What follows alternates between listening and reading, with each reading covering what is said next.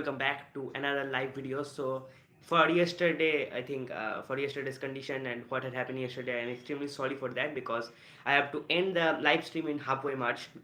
I was only able to discuss about the RCB squad and not about the strengths as well, means minimal only I have discussed. So today I will discuss the rest part of their squad as well. What are their strengths, what are their actual weaknesses as well, and about the squad of CSK and about the domestic cricket that had played today. Means today there is a showdown of our Virat Kohli and Rohit Sharma. Our international stars came to play domestics, the Vijay Hazare Trophy, after a very long time, and they have performed very well there. So all that will be our topic in this video. Not more than 15 to 20 minutes. So just wait and see what we will discuss in this video. So this video will be very interesting, so keep watching till the end, and thanks for the kind cooperation for yesterday. Now let us start the video without wasting any time. Yes, one viewer already joined us. Hi and hello. So stay tuned for this video. Let me fix the camera a little bit. Okay. Now it will look much more better. So let's have the material first. So if you look up to the RCB squad, as I discussed yesterday, I think if you saw the video, wait a minute again, fix it towards me. Okay. So if you haven't seen the video of RCB's analysis, where I made analysis of RCB, in short only 9 minutes video, perhaps it was yesterday what I uploaded. So if you haven't watched that video, so go to the playlist live cricket analysis by cricket, and you can check out the videos. The new to videos are the ones to check out, others are already discussed before, and those are now useless because already those events have taken place.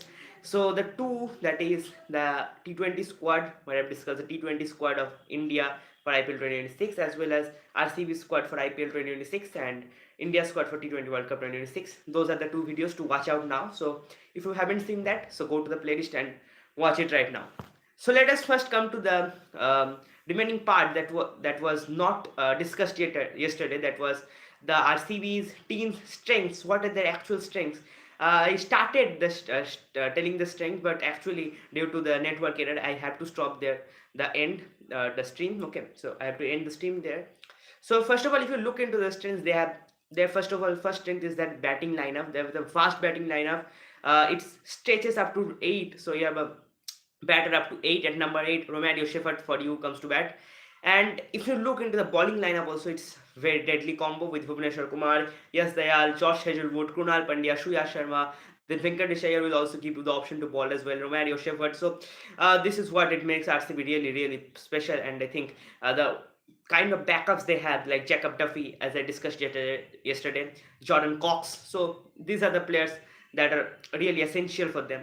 So this is the actual strength of RCB, that first of all, the batting lineup is vast and their backup players are also solid one.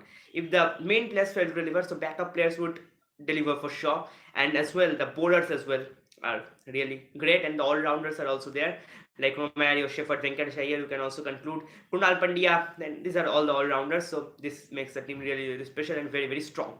So if you now look into the side's weakness, so there is, I think, no particular weakness of this team, but if you observe, the spinning lineup is not that much deadly as compared to that of the fast bowling lineup. Though they have Krunal Pandya and Shuya Sharma, the last year it worked really well, but they must have a proper backup, and they do have the backup as well. You might see Swapnil Singh, then Deswal is also there, one of the prominent options. Then Vihan Malhotra is also there, Vicky Ostwal is also there. So these are the spinners they have, but still I think there might be some issues, if you say, means the whole unit is very good. Means if there is any lackage, so I think the spinning department is the one that it lacks, means very little bit, but I think it will work as it worked the last year as well.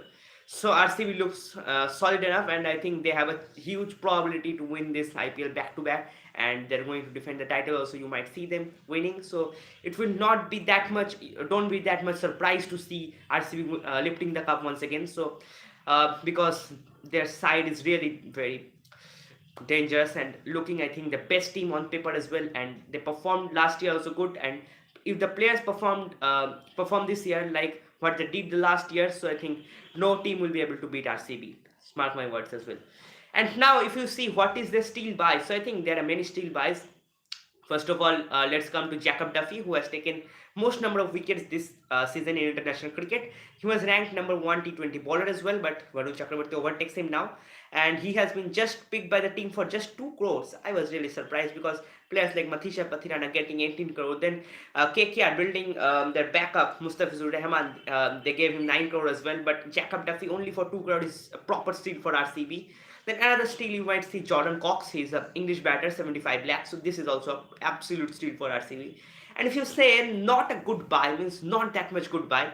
So I think you might say you might not find any players that is of no use to RCB and not a good deal as well. But if you say that RCB has paid him extra, so I think Mangesh Yadav is the one, though he's a very talented player, but they go on to invest 5.2 crore as well. But I think this is not a good buy, you might not say, but I think he's overpaid. Means some can conclude, but I will not personally conclude that. But if you have to find among this one, so Mangesh Yadav is the one. But Mangesh Yadav is the player RCB needed actually for the backup of Yash Dayal, and he can bat as well. So Mangesh Yadav is a good buy, but I think he's 1 or 2 crore overpaid. I think that is what you might say.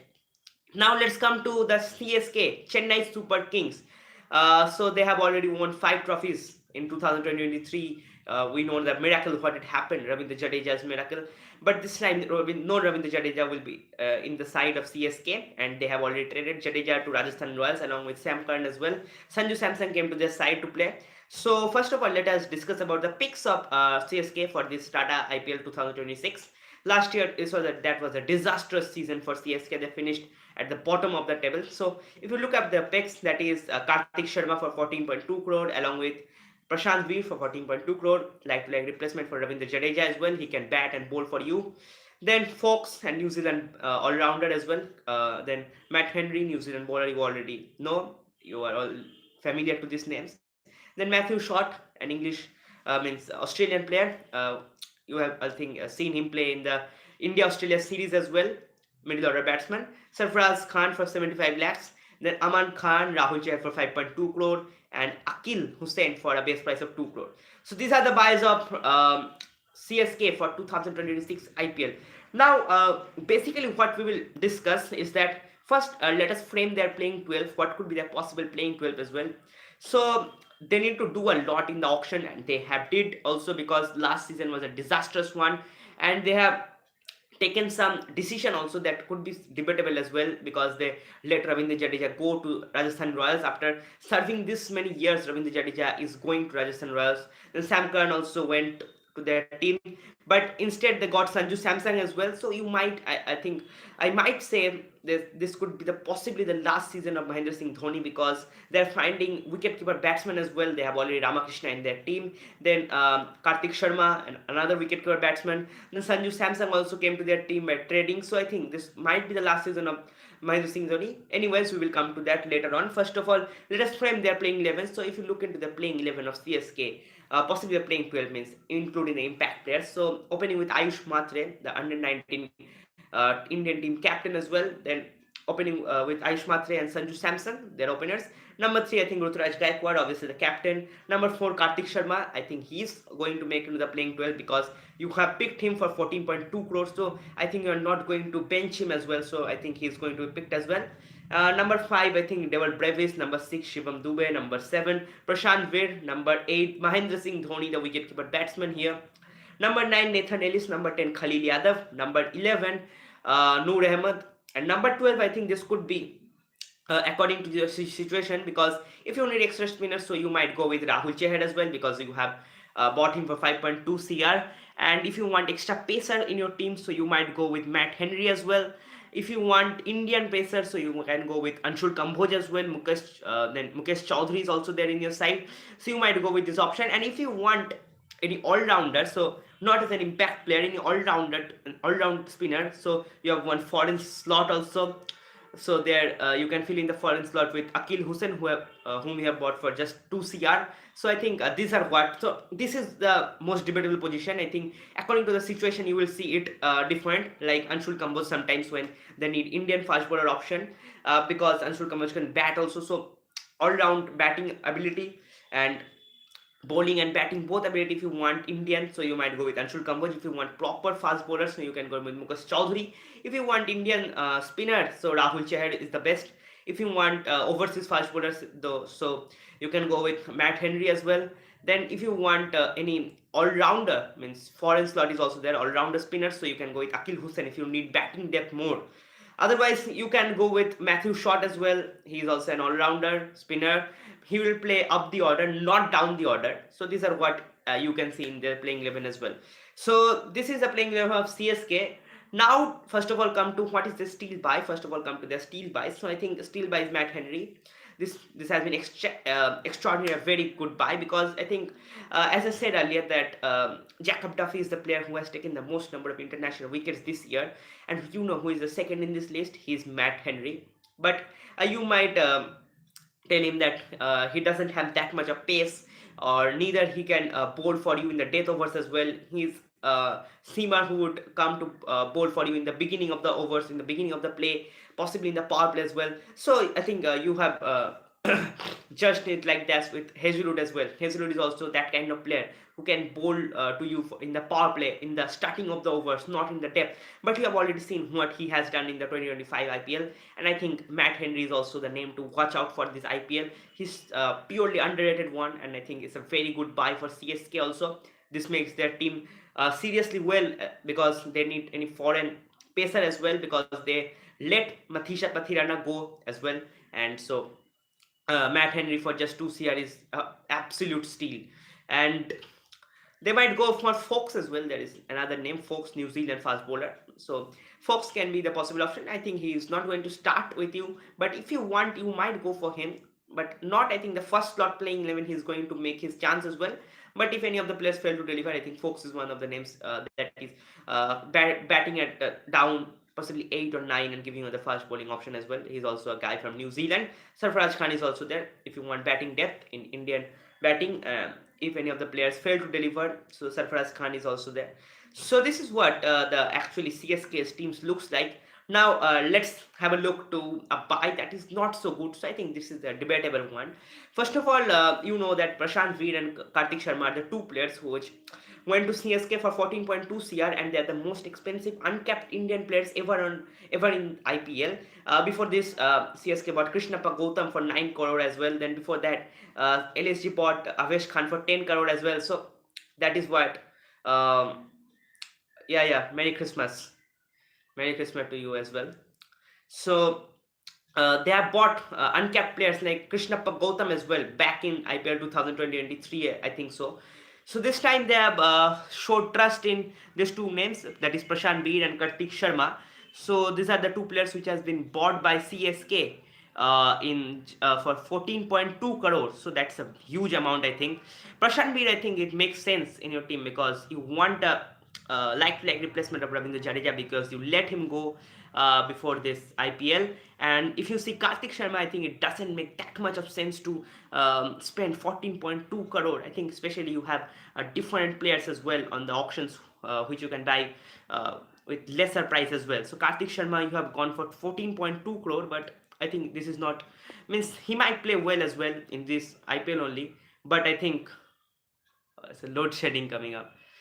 Current went suddenly. Okay, let's discuss our let's proceed to us. So I think Kartik Sharma is the one. You have invested much of your money as well, though he can perform well, but I think giving him 14.2 crore doesn't make any sense, because already you have two wicket keepers in your side, Mahendra Singh Dhoni coming down the order, then at the top Sanju Samsung is also there. So what is the need of buying this kind of wicket keepers? But he might perform. I am not saying that it's a very bad buy, but spending this much rupees is doesn't make any sense. So now let's see what is means CSK's. What are the areas that they could have improved in the auction, because they went into the auction with a very big parts. Okay, so very big parts they have went, and they were the second initially after KKR, the second big parts they had. So they could have purchased more big names as well in their team, and they could have added into their team, but they decided to go with two uncapped players. So first of all, the weakness it looks, first of all, you can see the fast bowling lineup: Nathan Ellis, Khalil Ahmed. So these are the two primary fast bowlers that is going to make into playing 12 for sure. And another, I don't know that whether Anshul Kamboj, Matt Henry, Akil Hussain, Rahul Chahar, who is making into your side, because that depends upon the situation. Okay, so that depends upon your situation, because I think uh, that is what it depends upon the situation. So the two primary fast bowlers are Ellis and Khalil Ahmed. So the fast bowling lineup is not looking that much good. Last year you have Pathirana, then Khalil Ahmed. So uh, fast bowling lineup is not that good, I think. Okay, so and another thing, the spinning lineup what they set up the last year, CSK, that Ravindra Jadeja, then Ashwin, then Noor Ahmed. So this trio has been broken, obviously, but they got a new trio as well: Rahul Chahar, Noor Ahmed, and Prashant Veer. So these are the three spinners. So I think the only problem that I see in this in the team of CSK is that are they actually capable, means are they that much of experience that doesn't have. Actually, if you see, Ayush Matre is playing in the under 19 World Cup. Sanju Samsung is also not that old, 32 years only. Then Ruturaj Gaikwad is also not that experienced. Deval Brevis is only 23. Kartik Sharma is also uncapped player. Prashant Veer is uncapped player. Shivam Dubey is also not that old. Mahendra Singh Dhoni is a 40 plus player. Nathan Ellis is also not that old. Khalil Ahmed, Noor Ahmed. So these are the players who are not actually that much experienced, you might say. And I think I have to say this for the very first time in my life ever since when I started watching IPL, because I never imagined of saying this kind of things, that CSK is lacking experience actually, because CSK used to be the team which has the most experience in their side. Because if you see back in 2018, Fab du Plessis used to open with Shane Watson. So they used to have very much experience in their side, but I think this year, I think the experience is lacking. Possibly they have made purchases for future as well. They're not aiming for 2026 as well. Possibly they're making for future, but buys are okay. But I think spending 28.4 crore on uncapped players doesn't make any sense as well, because first of all, you let Ravindra Jadeja go from your side. That's a very wrong move, according to me. But Sanju Samsung you also want, so you have to let him go. So that's okay, fine. You went for 14.2 CR for Prashant Veer. That's very good, because you wanted such kind of player as well who would shine for you in the future. But spending again, once again, Kartik Sharma 14.2 crore doesn't make any sense, because you already have spinners, wicketkeeper in your side. Then other picks are already fine. Okay, I am not going to say much about this. And in the auction, you might see that in the beginning, CSK was not aiming for the players. In the last, they went and picked some players, because the kind of purse they had, they could have gone for Cameron Green as well, though they went, but up to certain limit. They went for just 25, up to 25 crore they went. They could have went up till 28 or even 30 crore, because the amount of purse they have was enormous one. And they later on they spent on the 28.4 crore on buying the uncapped players. So that is, I think, something CSK actually missed out a point. They could have buy some other players who could have more experience, because I think this team lacks the experience as well. And never know, this team can play well also, but the players who lack experience, you never know what they're going to perform, because this is Tata IPL, and here I think you need to have that experience. And performing in some other different leagues is different, but whenever it comes to IPL, we have seen many players performing in different leagues, in different domestic leagues as well, but whenever they comes to IPL, they're tire leagues actually. So that is what I hope, that Kartik Sharma performs well, because he's an Indian guy, and I want Indian players to shine as well, because these are our future stars. So really I want them to shine, because they're going to represent India in the future. So I want, but hopefully he plays well. But this much price you are giving on the uncapped, I think doesn't make any sense. First of all, I think they will be, first of all, they will be very much tensed, and very much, means what I would say, means they will be very much, when they're going to play the season, I think they will be very much in tension, because they have got this much price, means more than international players as well. You might see Akashdeep coming into KKR for just a base price. They're going for more, going in more price than the international players. So they will be pressured. Do they justify this price, Means are they able to get this much of price? Are they worth it for this much of price? So the questions will arise if they doesn't perform. But if they perform, that would be the most important thing for CSK. And CSK, I think, wants also them to perform as well. And they have bought these kind of players with great hope. And I think hopefully they performs as well. Yeah, hi. So this is what CSK's teams also looks like. There, I think. They lack something, but better than last season, because last season what kind of nuisance it happened in their team, we had already seen that. Last year it was pure disaster for this kind of franchise. This kind of franchise means failed to qualify for back to back two IPL seasons playoffs. This was a really pure disaster in their team. Now let's talk about some updates. We have already covered CSK's possible playing 12. What are their buys? What are their weaknesses? What are their strengths?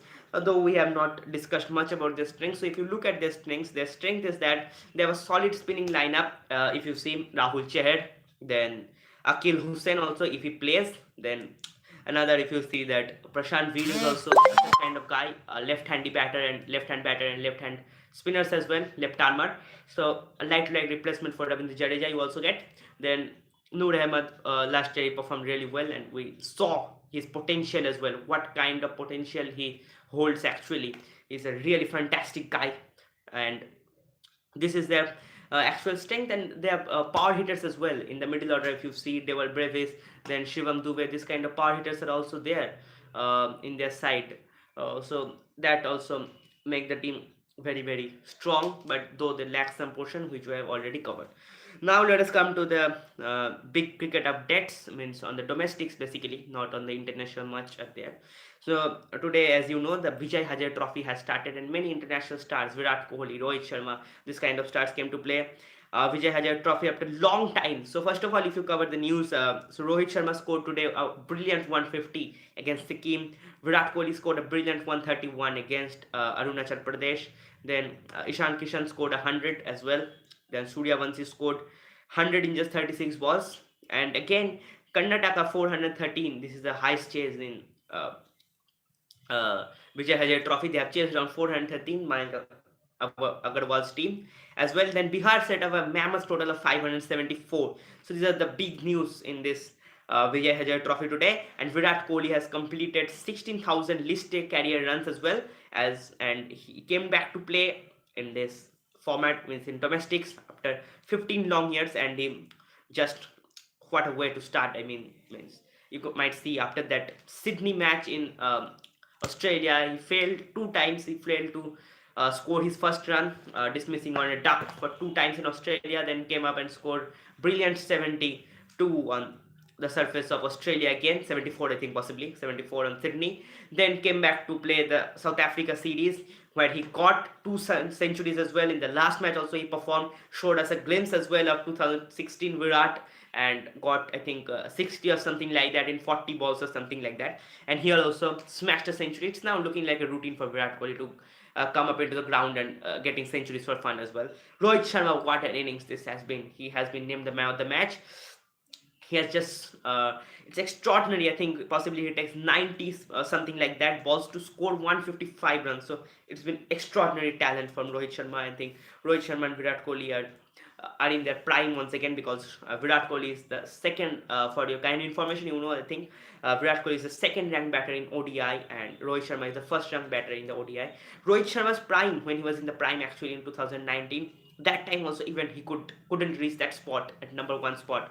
He used to be at number two because of Virat Kohli's prime, but this time he has reached number two from number one position as the ODI batter for the very first time. He achieved this feat as well, and at the last stage of his career, this is just extraordinary, and just a very good news for the Indian team as well, because the two superstars of the team are really playing very well. So that's all for today. So these are all the news that we have covered. So first of all, let us see what we have covered in this video. So first of all, we covered the RCB strengths and weaknesses in this for this IPL 26. Then are they really capable of winning this IPL or not? We have covered this. Then about CSK's picks, their possible playing 12, their good deal and their not so good deal. What are their weaknesses? What are their strengths? Is this team really capable of winning this IPL or even, or they're going to play what they're going to just play what they did the last season, the proper disaster. So we have discussed this. Then we have at last we have discussed about the domestic news as well, where superstars smash centuries for fun. So we have discussed all this in this video, and hopefully you all like this video. If you haven't watched the video of last 2 days, I have made 2 videos, live videos, and this is the third one. So yesterday we covered most part of the squad of RCB, about their squad, then about their possible playing 12 as well, then uh, their strengths as well. Are they really capable of winning or not the IPL 2026? Then as well we have covered before that the T20 World Cup squad. We have previewed the T20 World Cup squad of Team India. So if you haven't watched this video, just go to the playlist live cricket analysis by Cricket, and from there you would just definitely get it. And the last 2 videos are the ones which I am talking about. So do check it right now, and thank you for watching till the end. So we will meet again tomorrow at another new live video, tomorrow or possibly the day after tomorrow. So I would let you know what is the actual date of the next live video, where we will discuss the strengths and weakness and possible playing 12, and obviously what we have covered for these 2 teams, we will do the same for Mumbai Indians and Kolkata Knight Riders as well in the next part, possibly tomorrow or the day after tomorrow as well. So we will let you notify. So you will be notified by me soon, and thanks for watching the line. Goodbye, take care.